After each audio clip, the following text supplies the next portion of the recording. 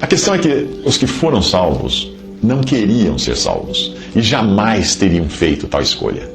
Aqueles que acreditam na teoria da mera presciência de Deus e não na eleição ou predestinação divinas, alegam que se Deus tivesse escolhido de antemão os que seriam salvos, isso seria contra o livre-arbítrio do ser humano. Bem, o homem pode ter livre-arbítrio quando se trata de escolher entre comer pão com ou sem manteiga. Mas quando a escolha é entre ter a Deus ou não ter a Deus, o que você acha que o homem escolheria? Não queremos que esse reine sobre nós, diz em Lucas 19:14. Se Deus dissesse, quem me quer, levante a mão, será que nós veríamos alguma mão levantada na classe humana? O versículo a seguir responde essa questão.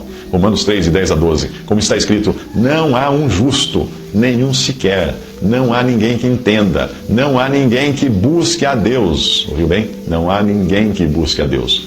Todos se extraviaram e juntamente se fizeram inúteis. Não há quem faça o bem, não há nenhum só.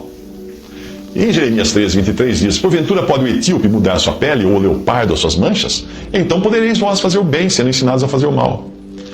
Se eu entender que de mim mesmo não tenho capacidade ou vontade de buscar a Deus, só me resta esperar que Deus me salve por graça. Não por escolha minha, mas porque Ele quer me salvar.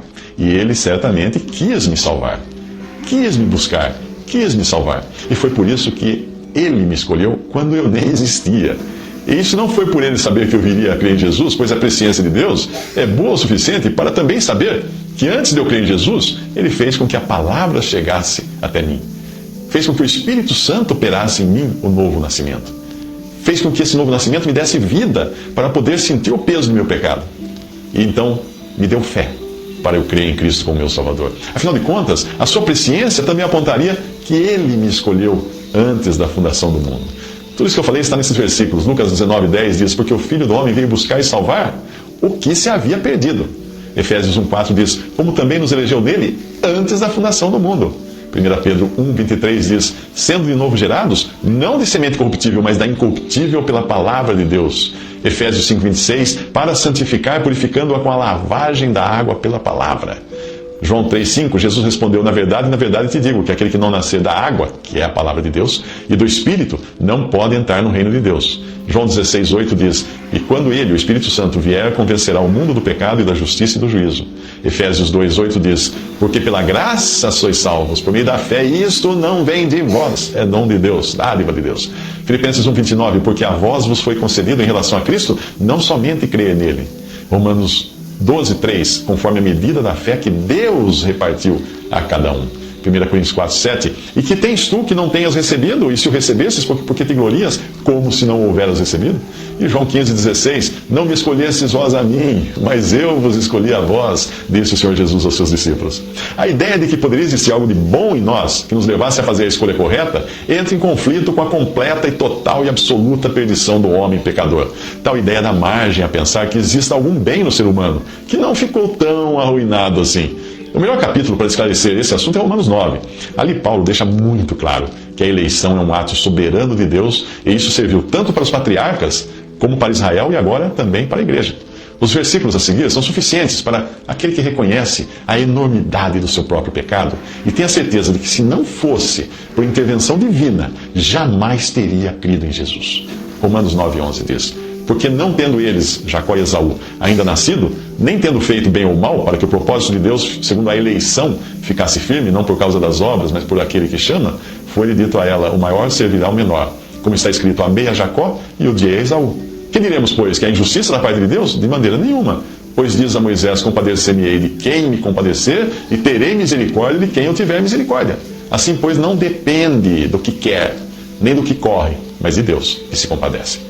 Em João 6, 37 e 44 diz, todo o que o Pai me dá virá a mim, e o que vem a mim de maneira nenhuma lançarei fora, e a vontade do Pai que me enviou é esta, que nenhum de todos aqueles que Ele me deu se perca, mas que eu ressuscite no último dia. Porquanto a vontade daquele que me enviou é esta, que todo aquele que vê o Filho e crê nele tenha a vida eterna, e eu ressuscitarei no último dia. Ninguém pode vir a mim, diz o Senhor Jesus, ninguém pode vir a mim se o Pai que me enviou não o trouxer, e eu ressuscitarei no último dia.